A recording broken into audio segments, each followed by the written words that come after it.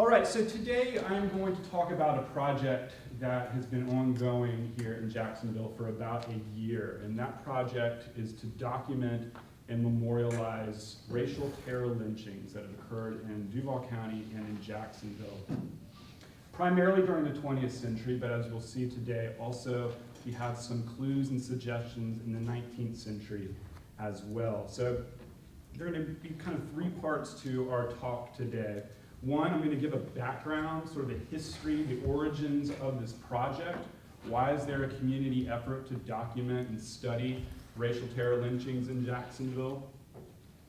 Two, I'm going to talk about my particular focus, and that is not just documenting the lynchings that have occurred in Duval County, but then contextualizing them, trying to explain how the unique social and economic and indeed cultural fabric of Northeast Florida and Jacksonville gave rise to racial tension, endemic racial violence, and in rare cases, lynching. And so what historians do is not only explain what happened, but they try to explain why it happened, when it happened, and provide sort of this broad context. So we see these acts not as isolated instances of mob action, but part of a broader system, the Jim Crow system that Jacksonville maintained during this time.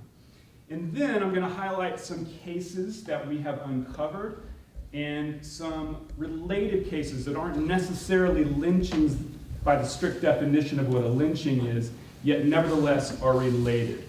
I will talk about near lynchings, prevented lynchings, cases of racial violence that may not meet the exact criteria for a lynching, and yet are part of the story that we're discussing here today. And I'll talk about what I mean by a lynching and what the accepted definition of a lynching is in just a minute, because I think when we talk about this topic, we need to understand that the cases where we have documented lynchings does not mean that that is all that took place in terms of racial terror violence. It is a terrible web that spread throughout the area, indeed throughout not just Northeast Florida, but the South and the nation during this time. And so I'll give you a sense of the scope of the questions we're trying to address. And then hopefully at the end there'll be some time for questions and answers. We're a small group in a relatively small room, so you don't need amplification. If you have questions, I'll encourage you to ask them at the end. And if you need to leave and can't stay for that, you can send me an email, track me down the hall. I'm always happy to discuss what we're doing at any time. All right. So this topic in our study has its roots about a year ago. I was asked to be a part of a group called the Jacksonville Community Remembrance Project. It grew out of an organization here in Jacksonville called 90 Forward, a group of people from diverse backgrounds who were having deliberative discussions and dialogues about issues of race, class, other forms of identity, mostly focusing on issues of equality in Jacksonville. And they began to coordinate and collaborate with a group in Montgomery, Alabama, known as the Equal Justice Initiative.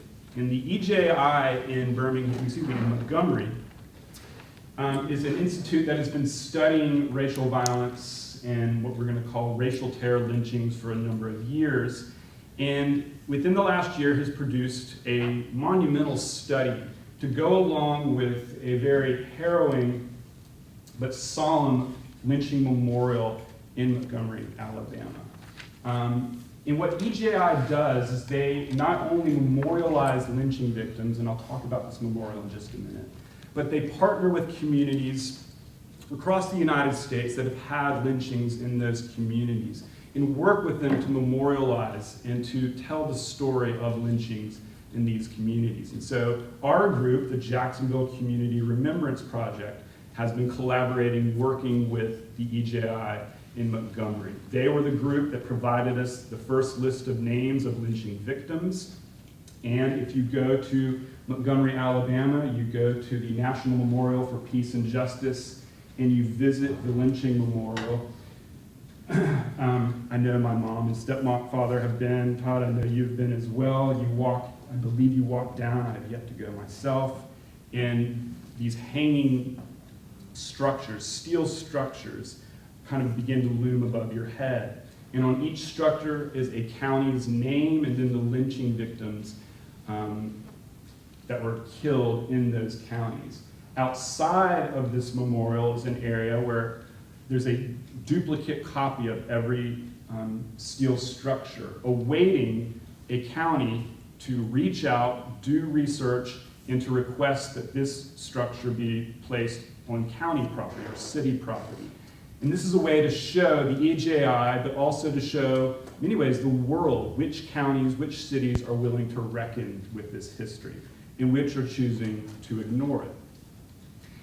And this is important in light of discussions that were happening about a year ago, about this time, here in Jacksonville and across the South. And those discussions centered particularly on the issue of Confederate monuments.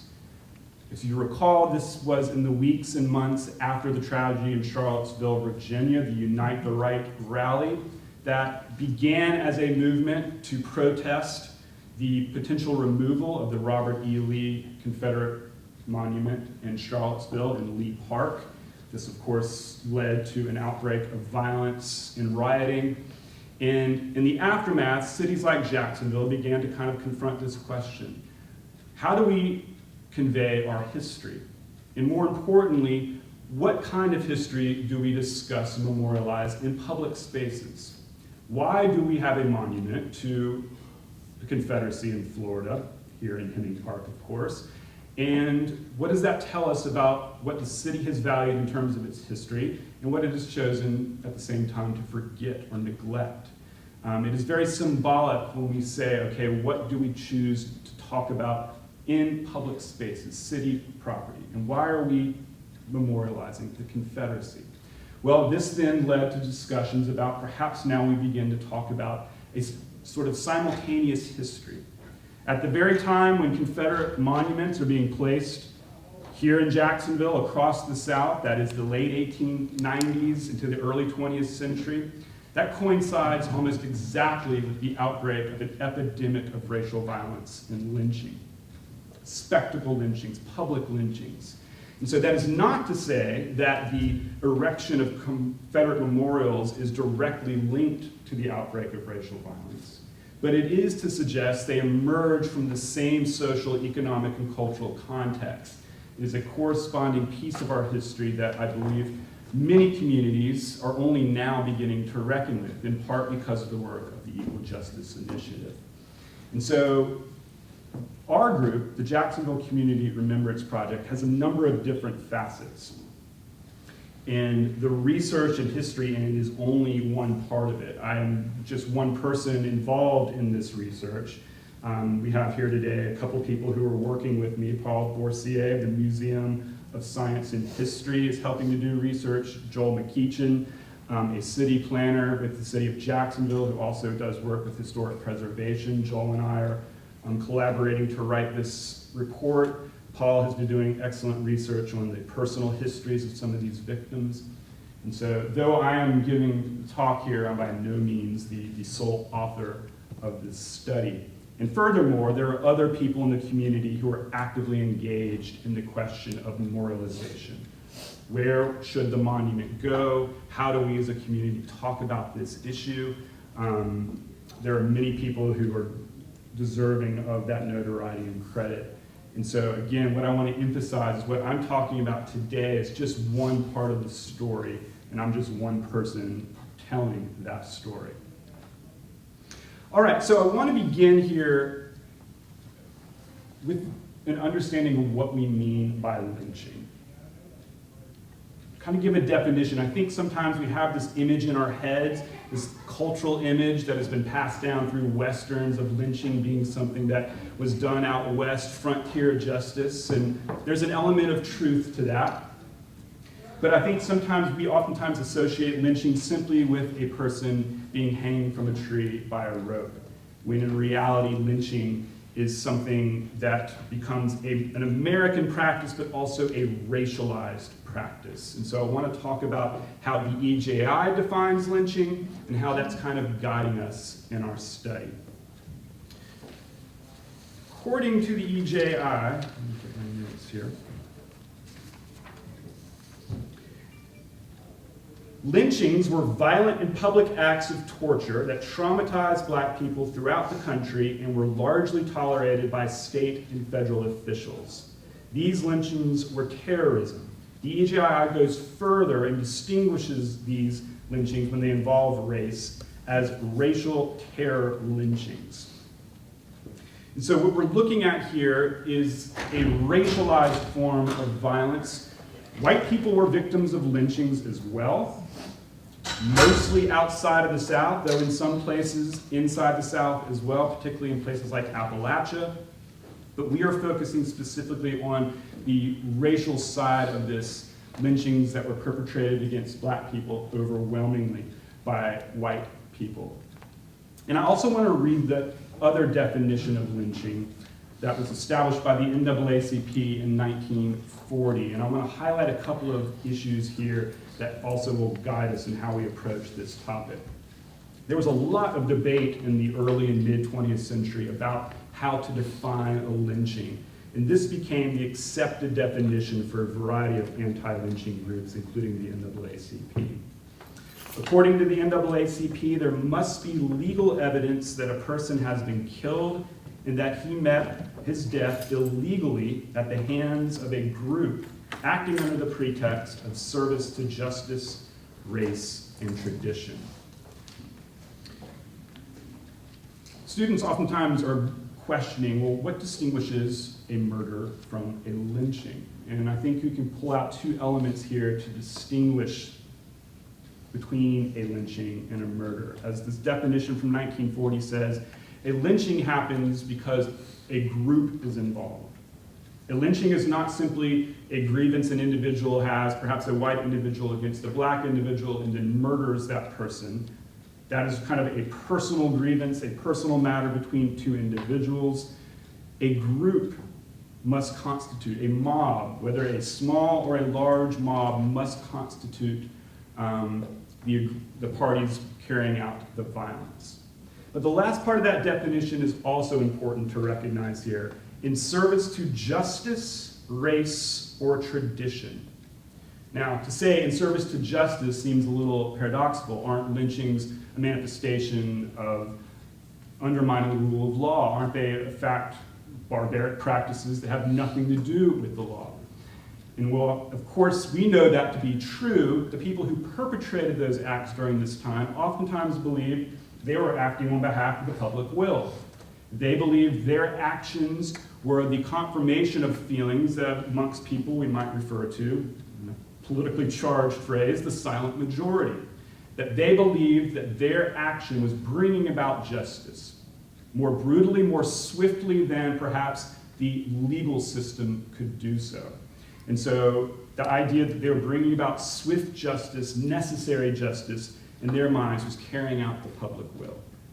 The public who might not have always agreed with their tactics, but agreed with their purpose. And that gets us to tradition. What is tradition in this context? Tradition would be to maintain the hierarchy in society, the racial hierarchy. It was a system of racial control to maintain a tradition of white supremacy. And so again, murders sometimes had reasons and purposes that did not serve this broader public purpose. Lynchings carried almost symbolic power. As we'll see, lynchings during the New South era, this new violence, were designed to spread a cultural message about who had racial power and who did not. Lynchings, as we'll talk about, circulate not just amongst the people who were there, but a culture of narrating lynchings. And newspaper accounts, photographs, films were also used to spread this message about tradition. And all of this distinguishes lynchings from murder. All right. I will come back and talk about this in just a minute. This is an example of the AJI's historical markers that we hope to erect here in Jacksonville in addition to the steel structure memorializing lynching victims. And I'll come back to that at the very end. The EJI, in its many year-long study of racial terror lynchings in the United States, came to a figure Between 1880 and 1940, more than 4,000 instances of racial terror lynchings were documented. Between 1880 and 1930, more than 4,000 instances of racial terror lynchings were documented in the United States. This was an increase of about 800 cases over what was previously known. When I was in graduate school, the figure was the low 3,000s, 3,200 was the accepted general understanding of racial terror lynchings. And that figure is one that oftentimes is always going to be understated. In fact, the 4,000 figure, I would argue, in coming years will go up even further as we uncover more cases. And as I will show here, I believe we have found more cases in Jacksonville of lynching than what the EJI provided. And what I want to show you here now is sort of a visualization of that figure, 4,000. This is a chart showing you when lynchings occurred. You see here, 1880 to 1960. These were the number per year. And in the dark shaded areas are black victims of lynchings. The light shaded areas are white victims of lynchings. And you can see here, beginning in the mid and late 1880s, there is a sharp spike in the rate of black victims of lynchings and a sharp decline in the rate of white victims of lynchings. The peak year for lynching in America was 1892, 1893, and after that, a steady decline with peaks and valleys until about World War II and the aftermath of World War II, when lynching is greatly reduced.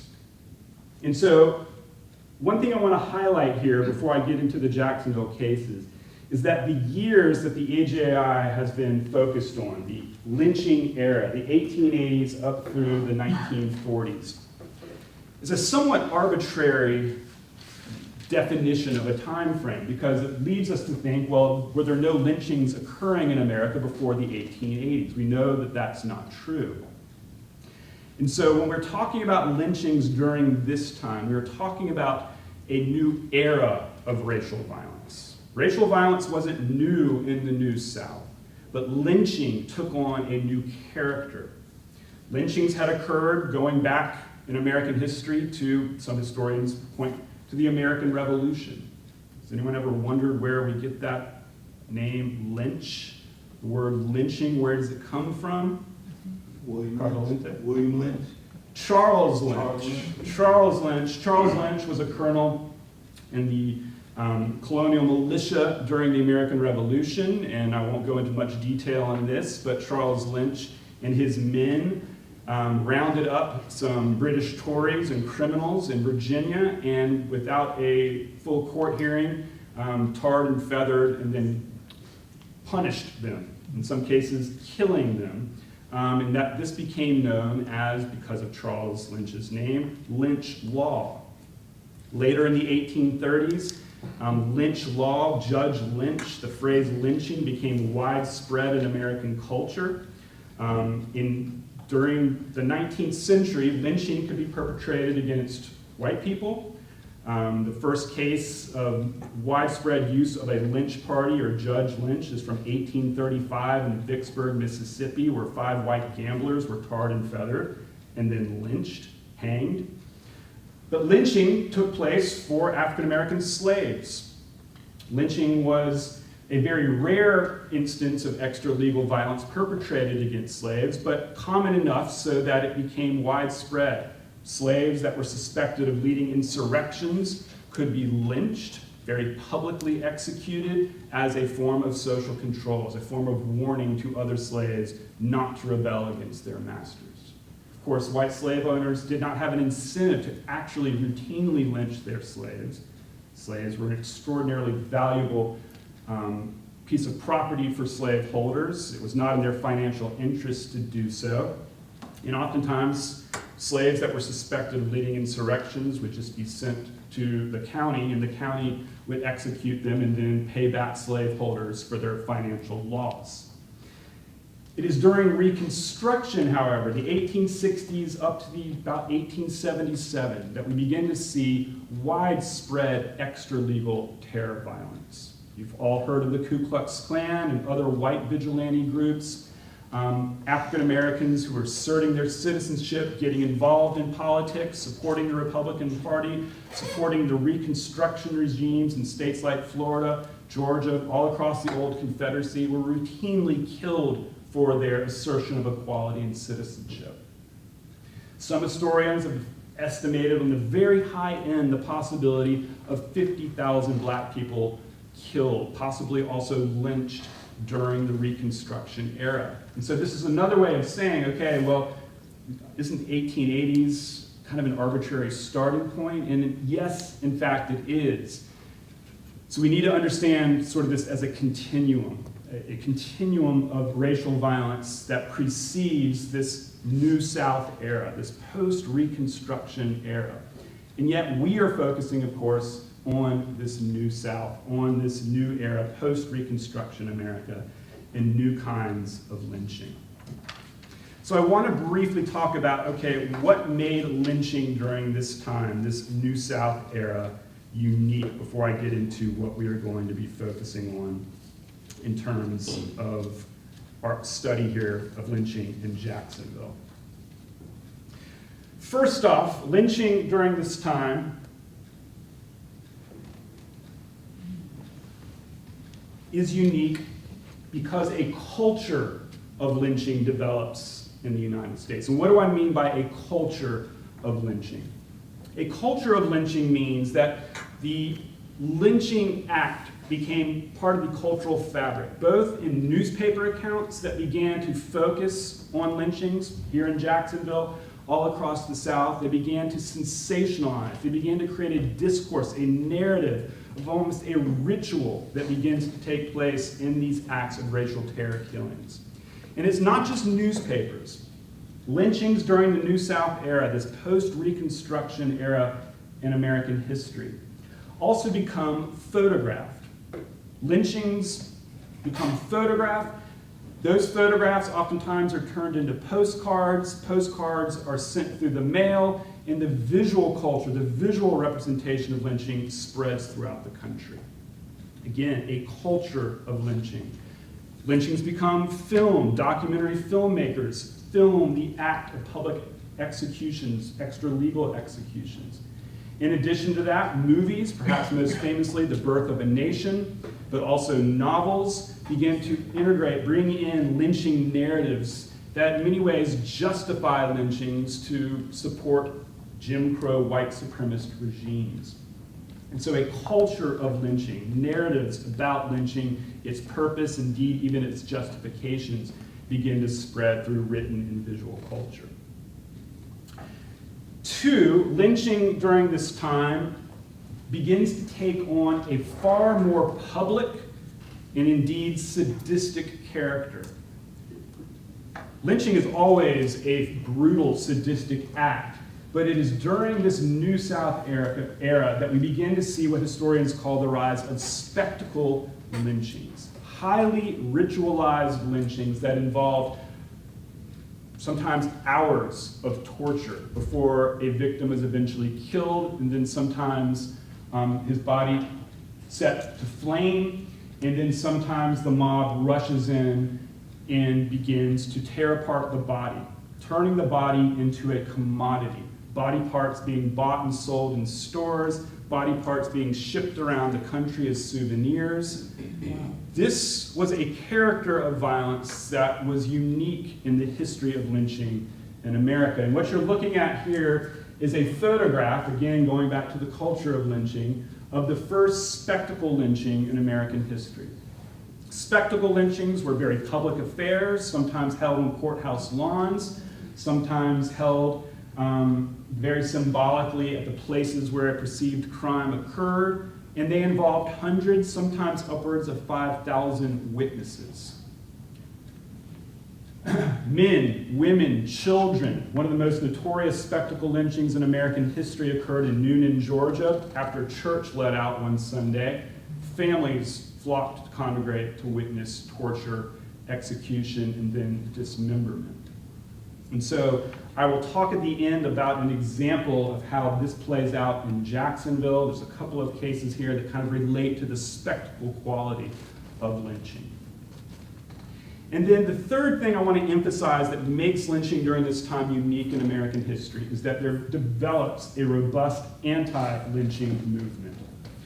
This, of course, is spearheaded by famous journalists like Ida B. Wells, and then later by members of the NAACP like W.E.B. Du Bois, Walter White, Jacksonville's own James Weldon Johnson, even some white Southern women, Jessie Daniel Ames, and others begin to organize anti-lynching organizations or anti-lynching movements and begin to publicly advocate for a federal anti-lynching bill, which of course the United States government never passes for reasons we just don't have time to get into today. Although I believe recently Cory Booker has introduced lynching legislation in Congress to kind of symbolically finally get it passed.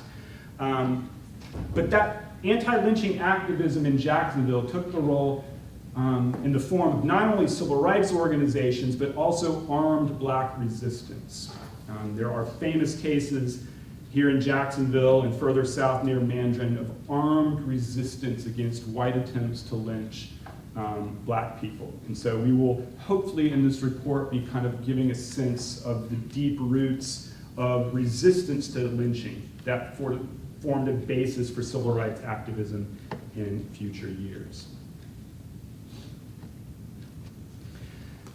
One of the things we want to do, and I'm going to kind of show you some images here very briefly, is to, as we move in and talk about lynching in Jacksonville, we want to situate Jacksonville and indeed Florida in the broader context of racial violence and lynching during this time. I gave you the figure that EJI came up with of just over 4,000 racial terror lynchings occurring in the United States between 1880 and 1940. What you're looking at here now are two charts, two tables from the EJI. One that indicates the number of African Americans lynched annually per 100,000 residents in southern states.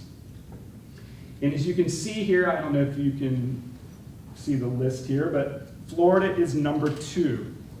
Number 2 in lynching rate per 100,000 residents. Up until the EJI did its study, Florida was actually number 1 in terms of how many people were lynched per capita per 100,000 people. And this table here has number of African Americans lynched annually per African American resident. So given the population of black people living in a particular state, what was the rate of lynching against black people there? And here you can see Arkansas and Florida are number 1 and number 2. So though Florida at the beginning of this time period was the least populous southern state, Florida goes on to become the most violent, one of the most violent southern states per capita. And that is borne out as well in this map. So this is a map that shows the counties where lynchings occurred in Florida. And if you look at this map, the brighter the shade of the county, the more lynchings that occurred in that county. The darker red indicates fewer lynchings, and then the gray or black areas indicate where no documented lynchings occurred. So if you look at this list, the conspicuous absence here is Duval County. Jacksonville, Duval County does not make the list. However, it will depend on corroboration of evidence. It is a possibility that we may have the dubious distinction of moving into the top 10 after we reflect on new cases and whether or not they meet the criteria of lynching. But if you look at it, Orange County, 33 lynchings. These were in Orlando, acts of mob violence. And so in a place called Ocoee, and we'll not go into all of the cases here, but I do want to just very briefly highlight a distinction, and that is if you look at the bright shaded areas, they are kind of all connected. Through the spine of the Florida Peninsula, particularly up here along the bend, getting closer to the Panhandle, these were some of the most violent counties in Florida, indeed some of the most violent counties anywhere in the United States. And so the question historians have to ask is, Why? Historians are oftentimes saying, okay, well, lynching has geographic characteristics. More lynchings were happening in certain places compared to others. Lynchings don't simply correlate to where there was a large black population. There are specific sort of social and economic factors that lead some places to have more lynchings than others. This is Marion County, Alachua County, Columbia County, this is Polk County, Orange County. What set these counties apart, and we'll talk about Jacksonville here in just a minute, it's somewhat related. These counties, like Jacksonville as well, were experiencing rapid social and economic change during the late 19th and early 20th centuries. Large influx of black and white migrants coming into these counties to work in new, oftentimes extractive industries. Here in Marion County, phosphate mining. Further north up here, Columbia County, Baker County, in the heart of the kind of North Florida piney woods, you had turpentine camps, turpentine industries, new sawmills, jobs that oftentimes were not agricultural jobs that were bringing white and black migrants looking for jobs that were not tenant farmer jobs, where they could perhaps earn a wage. Bringing in new people into new places that were being connected by new railroads created a very volatile mix. Fear and suspicion of new arrivals and new migrants. We'll talk about how that played a role in outbreaks of lynching as well, even here in Jacksonville. So let's talk about the Jacksonville context and then move into specific cases here in Jacksonville. During the time period we're discussing here, the 1880s to the 1920s, we're talking about a city undergoing rapid change, and I'm glad I have Joel here to help me with the writing of Jacksonville's history, since he is far more of an expert on this. But during this time, Jacksonville is transforming itself from kind of a resort town, a hub for tourists wanting to come to warm Florida for health reasons, for the climate, or to perhaps move further south. Jacksonville is transforming kind of a tourist destination into one of the largest cities and then the largest city in Florida.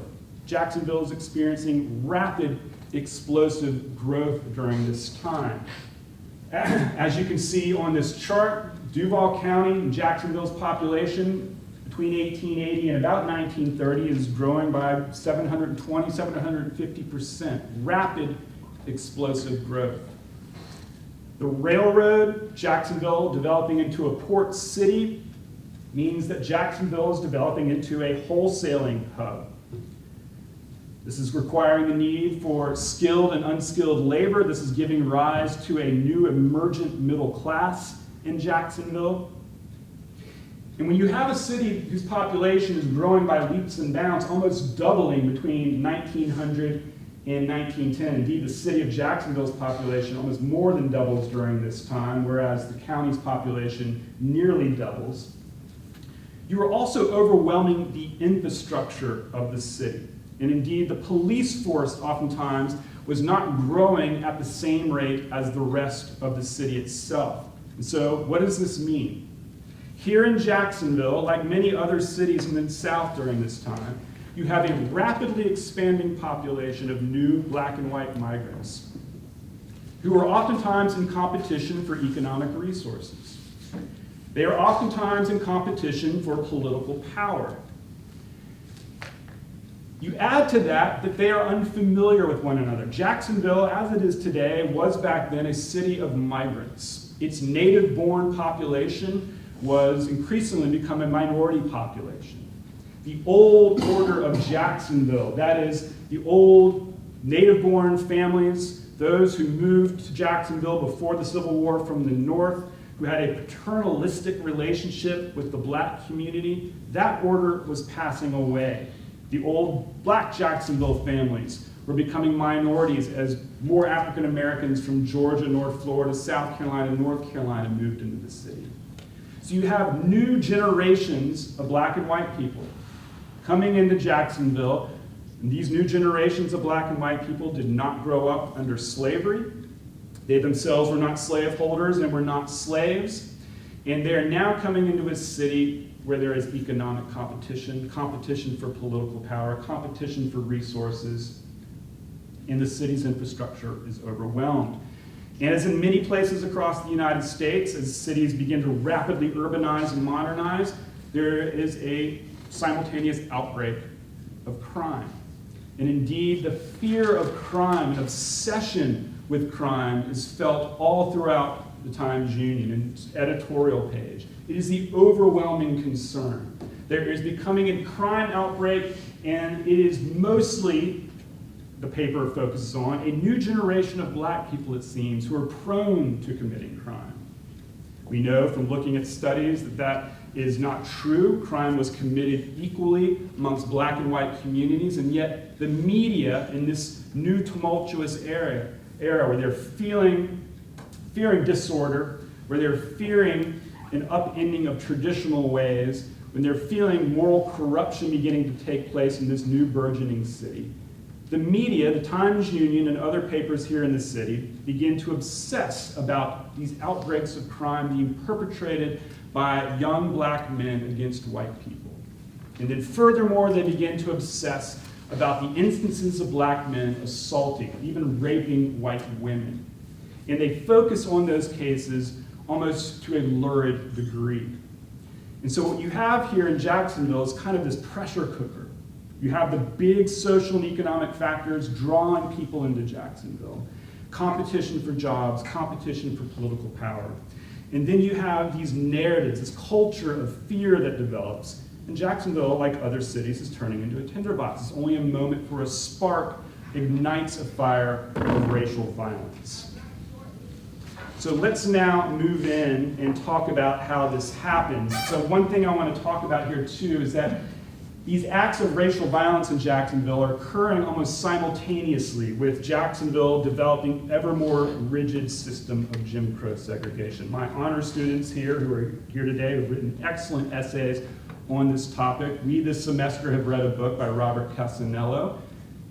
I'm sure they're glad to be done with it, titled To Render Invisible, and this book goes into how Jacksonville, really only beginning in the early 20th century, began to enforce rigid segregation laws. First on its streetcars, and then how Jacksonville began to disfranchise many of its black residents, preventing them from voting through violent tactics, intimidation.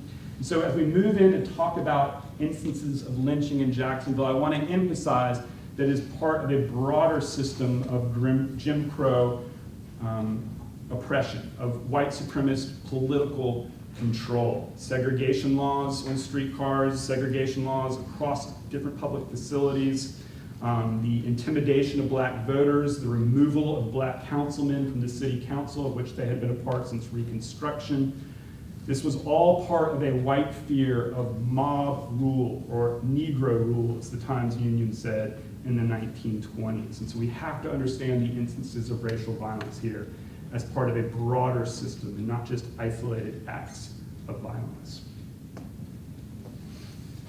All right, so what I want to do here very quickly before I get into specific cases is to show you a list of 16 names that in the process of doing my research and with others that we have come up with. And these 16 are also part of the 7 names that were given to us by EJI. The Equal Justice Initiative, when we began to partner with them in our study, provided us 7 names of individuals who were lynched in Duval County.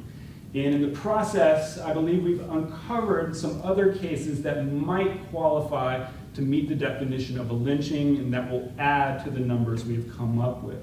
So very briefly, I'm just going to go through and I'll highlight just a couple, but not all of them.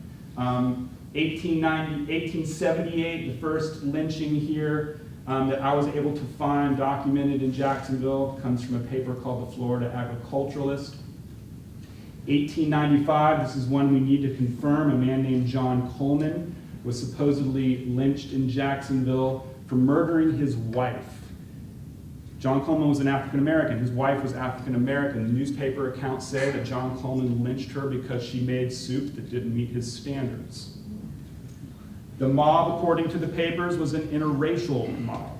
both black and white members of the mob that lynched John Coleman. The question then arises, does this meet the definition of a racial terror killing according to the EAJI?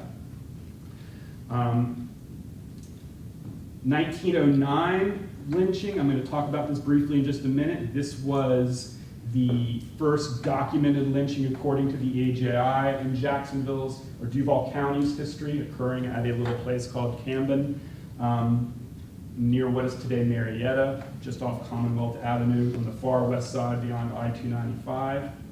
1910, I found an account of a tourist from Wisconsin who happened to be in Jacksonville and said that a black man was taken out of jail. He was sentenced to be hanged, yet the mob wanted to lynch him. Some of my students wrote about this topic in their essays.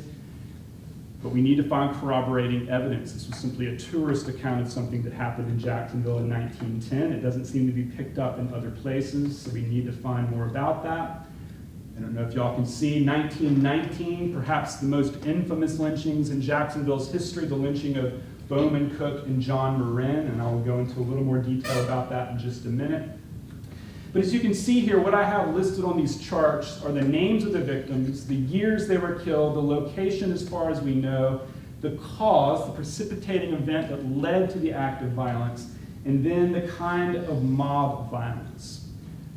One historian, Fitzhugh Brundage, has said that there were basically 4 kinds of mobs involved in lynchings. There were private mobs, less than 50, small groups that did their work oftentimes secretly, but also very publicly. There were terrorist mobs who had very specific goals to create a culture of terror and fear, to prevent political activism, for instance. There were mass mobs, more than 50 people who oftentimes were very public in their purpose, who gathered large numbers of community members. And Jacksonville, I believe, only had 1 mass mob lynching. That was the first one in 1909. And then we have cases of posses. That is, mobs connected with law enforcement, and then oftentimes police who went beyond their role as enforcers of the law to breakers of the law in their complicity in lynching. And here at the very bottom, the case of Willie Washington is a case where it seemed as though the police may have been involved in Jacksonville in a purposeful lynching. And this is one we're going to have to untangle because there are 2 competing accounts of exactly what happened here. So let me go through and just show you some examples of some of the topics I think we need to look at to kind of get a whole picture of racial violence in Jacksonville. I want to start very, very briefly by pointing your attention to something that was not actually a lynching. It was a legal execution, and yet bears all the hallmarks of an actual lynching. It kind of shows you how when we say a strict definition of lynching is this, we sometimes can blind our eyes to other acts of violence that are part of that culture of violence, of racial terror during this time.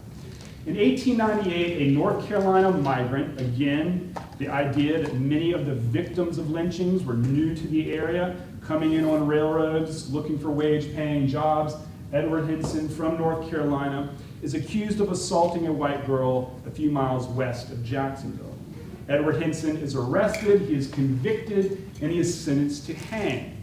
Now, what makes this interesting is that a public mob, a public gathering arrived and witnessed Edward Hinson's hanging. And at the very end, the victim, Miss Ida Bailey, the white girl who was supposedly the victim of Edward Hinson's assault, was there with her family. And after the hanging, the mob rushed in and tried to grab a piece of Hinson's body, tried to grab a piece of the rope, which kind of connects to the spectacle side, the desire, the need, it seems, to possess the body of the victim, of the perpetrator of a crime against the white community. But this is also an interesting case because it involved a film crew. Jacksonville in 1898 was a center for troops about to be sent to Cuba to fight in the Spanish-American War. Troops were stationed here in Jacksonville, And Edward Marvin, a filmmaker for the brand new American Mutoscope and Biograph Company, was to go out with the troops to Cuba to film the Spanish-American War. When word got out that a hanging would be taking place in Jacksonville, Marvin took his camera, set it up, and made the first film of a public execution in American and possibly world history here in Jacksonville, which again connects to the culture of violence, the idea of representing and spreading a narrative of violence through visual means. We are trying to track down a copy of Marvin's film. Some of his films are archived at the Museum of Modern Art in New York. Other films of executions that he made afterwards survive, but we have yet to be able to put our hands on this film from Jacksonville. But it does not mean it doesn't exist. Mr. Matthews? Yes? Can I ask a question really quickly? Sure. Not to throw you off, but has there been any research that has been done like into the psychology of like, when you're talking about how people were rushing to grab body parts and pieces of the rope, I didn't know that.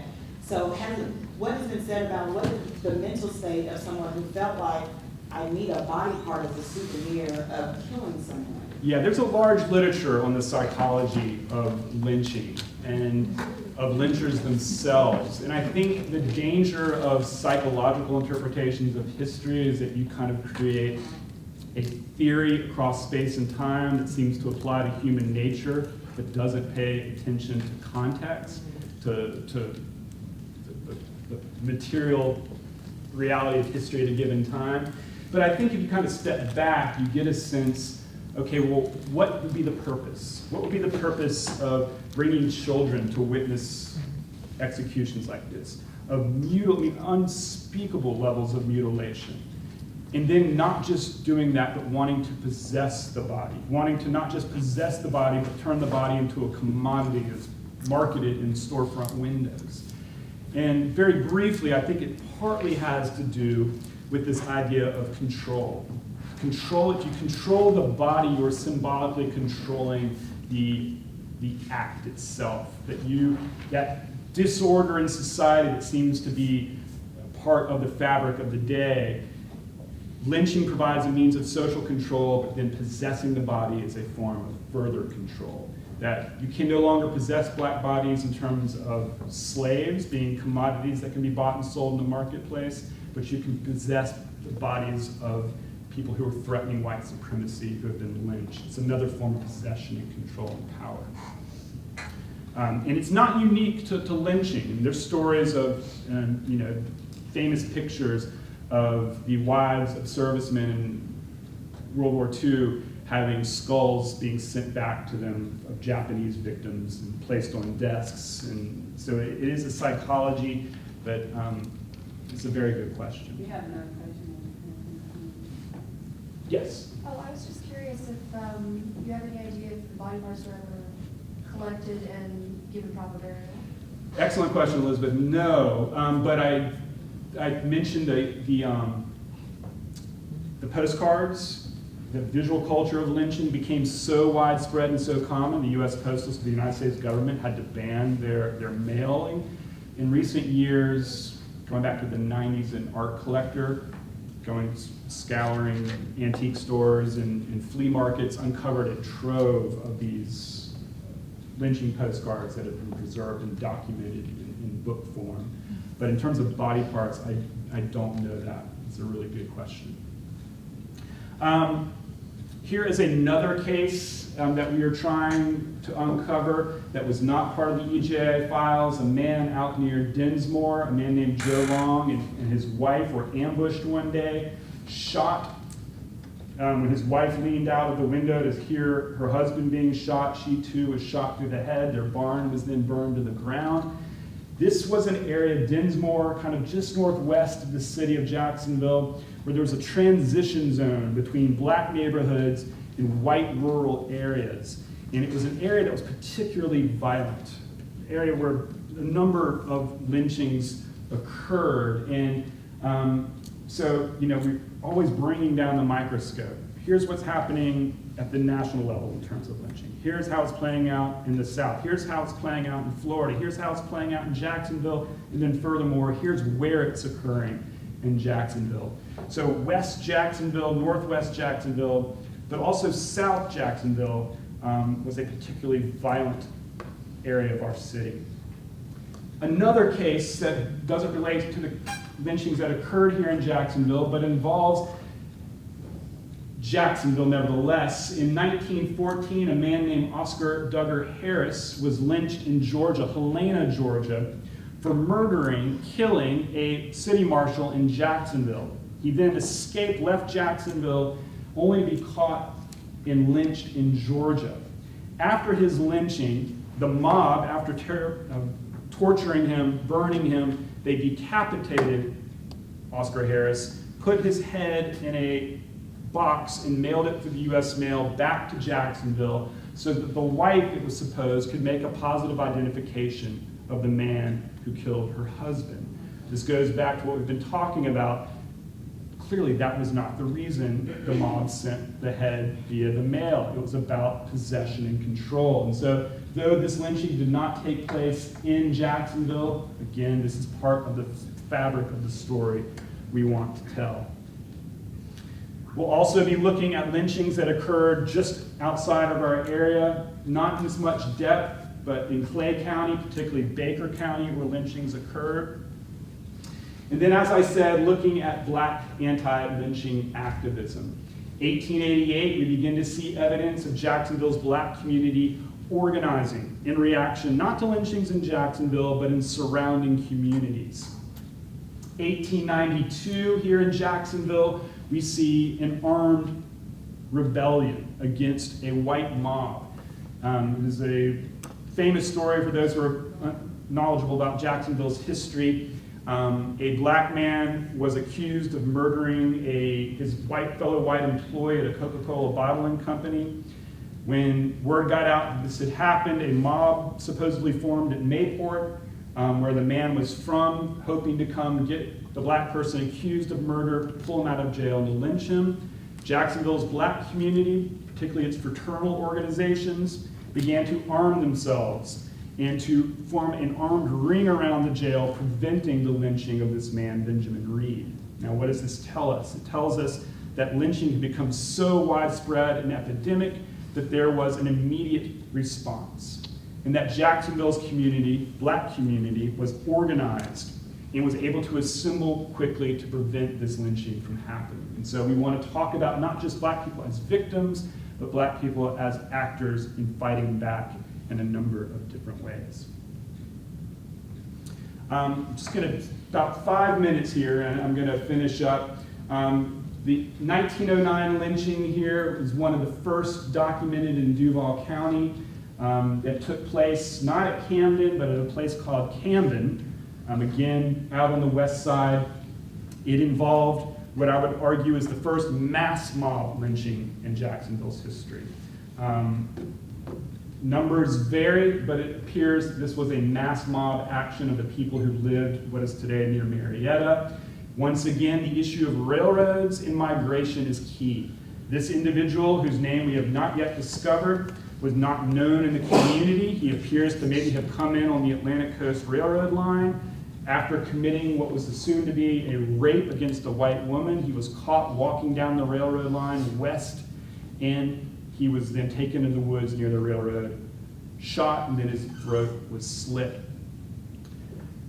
Times Union portrayed this as not an unfortunate circumstance, but something that almost the community was forced into doing. And one of the things we'll be looking at is how did the Times Union, particularly its editorial page, but other newspapers talk about lynching. It evolves over time from basically tolerating lynching to basically condoning it as the necessary response of an aggrieved white community that has no faith in its legal system, to eventually becoming something that the Times Union is forced to recognize as bad for business. Never explicitly saying that lynching was an immoral crime against black people that had no place and that was part of a broader system of white supremacy. Increasingly, Jacksonville begins to say we don't want lynching because, well, we're not going to be able to get that exposition or fair to come to town. Well, the tourist trade is going to be diminished. Well, the Chamber of Commerce doesn't like lynching because it's bad for business. And so while lynching becomes a source of shame for the city, there is never a real honest grappling with its roots, why it's happening, what purpose it served in the Black community. Very quickly, because I do want to finish up here right before noon. 1919, the lynching of Bowman Cook and John Morine, two men who were accused of murdering a white man named George Dubose. This is perhaps the most infamous, widely known lynching in Jacksonville's history. Some of my students wrote about this in their essays. George Dubose was from a well-known Jacksonville family, an insurance salesman who one August evening was selling insurance in La Villa when he demanded that black cab drivers give him a ride out of the Ashley Street area. Leading up to this had been a number of murders of black cab drivers in Jacksonville. They were murdered, their bodies and cabs left in white neighborhoods, and in response, some black cab drivers began to protest, saying, "We're not giving rides to white patrons anymore." George Dubose was so enraged, he pulled out his gun, fired it into the air, called some of the cab drivers epithets, and in that area of Ashley Street, African-American community, they began to respond by throwing rocks at George Dubose. John Morine picked up a chair and began to beat George Dubose as he was fighting back, and then Bowman Cook, his thoughts, stabbed Dubose to death. Morine and Cook are thrown in jail, and there they sat for a couple of weeks until a mob formed. And while John Morine and Bowman Cook were in jail, a man named Ed Jones, a black man, was accused of assaulting a white girl. The Times Union called it the most dastardly crime in the history of the city. Ed Jones was then placed in jail, and a mob one night comes to the county jail, where only one employee happened to be because the sheriff had taken Ed Jones. He had heard that a mob might be forming, and for some reason chose at 1 a.m. to take Ed Jones and spirit him away to St. Augustine. There's some suggestions that maybe this was planned so that it's only the county jailer there, who was easily overwhelmed by a mob, who take out Bowman Cook, take out John Morine, drive up North Main Street, and they are shot and killed here right in front of Evergreen Cemetery. John Morine's body is left on the side of the road. Bowman Cook's is tied to the back of a car, and he is dragged from behind the car down Main Street, where his body is eventually deposited here in front of the Old Windsor Hotel. This is Hogan Street. This is Monroe. This, of course, is Henning Park.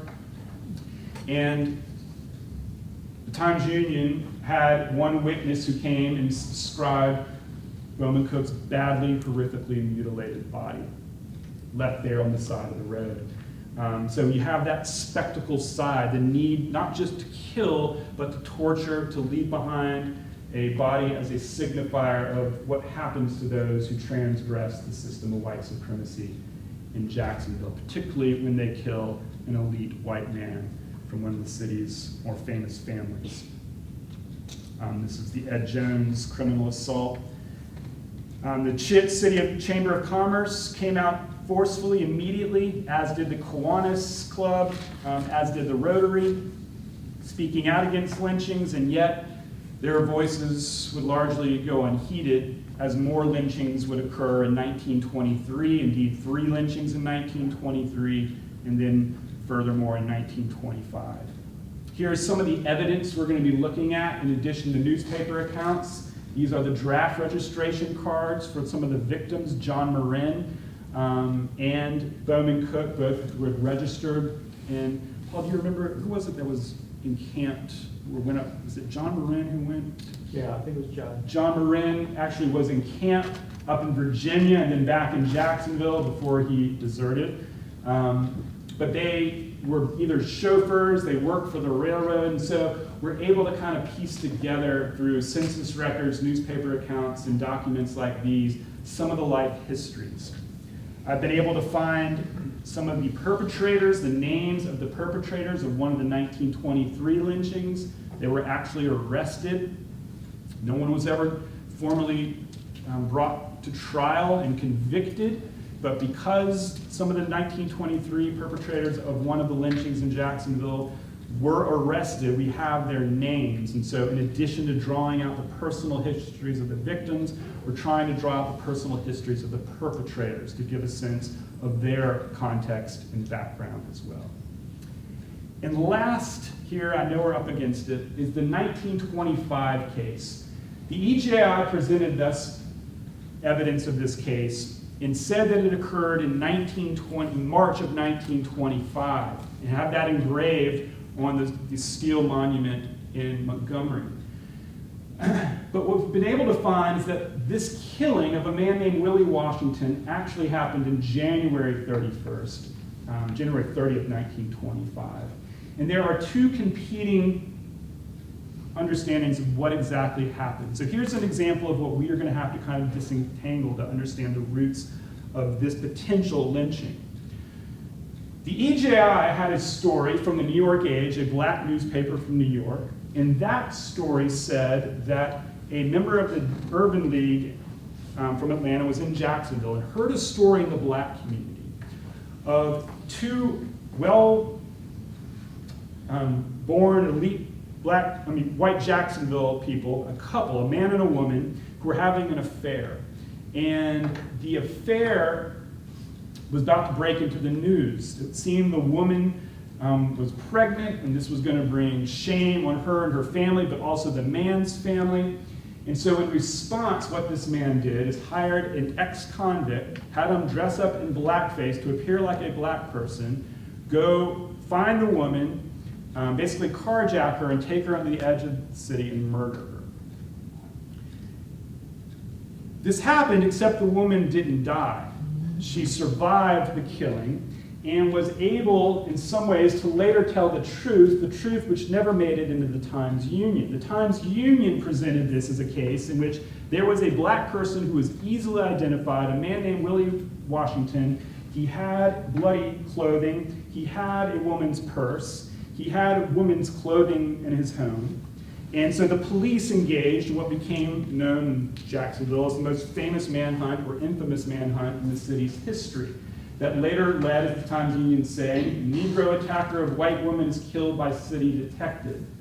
This took place, if you know where Jenkins Barbecue is. Willie Washington lived with his family in a house just on the backside of Jenkins Barbecue. The police burst into Willie Washington's home. He tried to hide in the attic, threw tear gas up into the attic, forced him to come out, and then the police emphasized this point. He was brandishing a gun. We don't know if that's true, but Washington is shot dead by Officer Wethington, and thus ended Willie Washington's life. What happens next is key to understanding this case. Washington's body is put on display in the rotunda of the county jail. Hundreds, perhaps thousands of Jacksonville white people go to witness, to look at Washington's dead body. This, I would argue, fits into the definition of a posse lynching that suggests, again, that this was needed to bring satisfaction to the community, to uphold tradition, not just to bring a potential perpetrator of a crime to justice. Why would protocol be broken and the victim of police violence have their body on display at the county jail for the public to see? So this is a very fascinating case. You have a white narrative, you have a black narrative, and trying to find the middle ground of truth, or the disproportionate weight of truth.